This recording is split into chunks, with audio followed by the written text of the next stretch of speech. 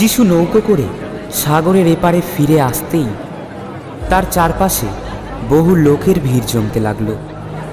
তিনি সেখানে সাগরের ধারেই রয়েছেন এমন সময়ে জায়রাস নামে স্থানীয় সমাজগৃহের একজন অধ্যক্ষ সেই জায়গায় এসে উপস্থিত হলেন। যিশুকে দেখে তিনি তার পায়ে লুটিয়ে পড়ে একান্ত মিনতি জানিয়ে বললেন, আমার ছোট মেয়েটির এখন মরমর অবস্থা, দয়া করে এসে আপনি তার উপর একবার হাত রাখুন, যাতে সে ভালো হয়ে যায়, বেঁচেই যায়। যিশু তখন তার সঙ্গে রওনা হলেন। বহু লোক তার পিছু পিছু চলতে লাগল এবং তার চারিদিকে ভিড়ের চাপ সৃষ্টি হল। সেই সময় ওই ভিড়ের মধ্যে ছিল এমন একজন স্ত্রীলোক যে 12 বছর ধরে রক্তস্রাবে ভুগছিল। সে নানা ডাক্তারের চিকিৎসায় থেকে বহু কষ্ট পেয়েছিল এবং তার যথা সর্বস্ব সে খরচও করেছিল, কিন্তু তবুও তার কোনো উপকার হয়নি, বরং রোগটা আরো বেড়েই গিয়েছিল। লোকেদের কাছ থেকে সে যিশুর কথা শুনতে পেয়েছিল, তাই ভিড়ের মধ্য দিয়ে তার পেছনে এসে সে তার পোশাকটা স্পর্শ করল। সে তো তখন ভাবছিল, ওর পোশাকটিও স্পর্শ করতে পারলে আমি ভালো হয়ে উঠব। আর সত্যি সঙ্গে সঙ্গে তার রক্তস্রাব বন্ধ হয়ে গেল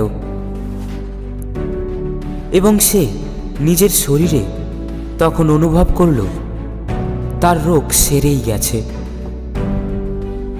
এদিকে যিশুও মনে মনে তখনই বুঝতে পারলেন যে তার মধ্য থেকে একটা শক্তি বেরিয়ে গেছে।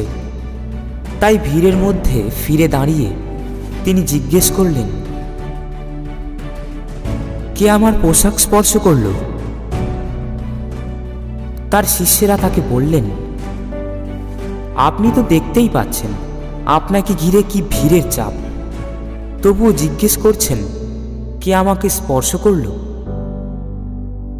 তিনি কিন্তু চারিদিকে তাকিয়ে দেখতে লাগলেন এ কাজ কেই বা করল। তখন স্ত্রীলোকটি তার কি ঘটেছে বুঝতে পেরে ভয়ে কাঁপতে কাঁপতে এগিয়ে এলো এবং যিশুর পায়ে পড়ে তাকে আসল কথাটার সবকিছুই খুলে বলল। যিশু তাকে বললেন, মা, তোমার বিশ্বাসই তোমাকে ভালো করে তুলেছে। এবার যাও, শান্তিতেই থাকো। তোমার ওই রোগ থেকে তুমি মুক্তই হয়ে থাকো।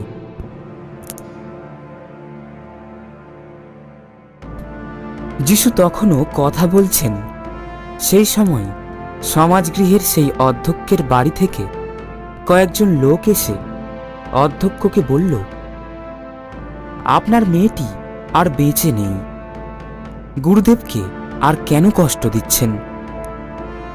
কিন্তু যিশু তাদের এই কথা শুনতে পেয়ে সমাজগৃহের অধ্যক্ষটিকে বললেন, ভয় পাবেন না, শুধু বিশ্বাস রাখুন।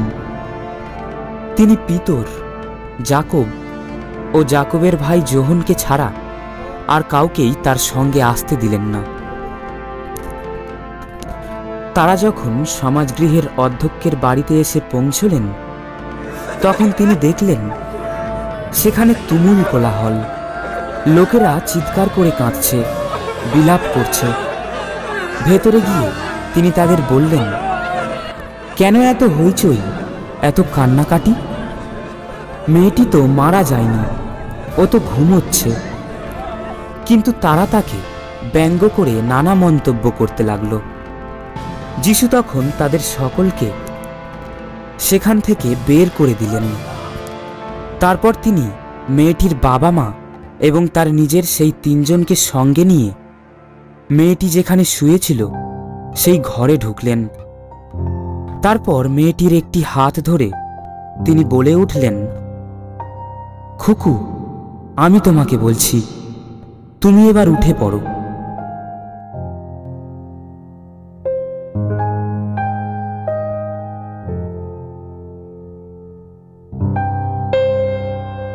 আর তখনই মেয়েটি উঠে পড়ল। এই মেয়েটির বয়স ছিল 12 বছর।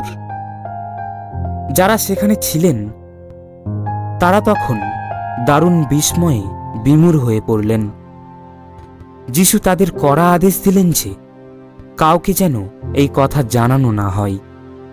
তারপর তিনি মেয়েটিকে কিছু খেতে দিতে বললেন।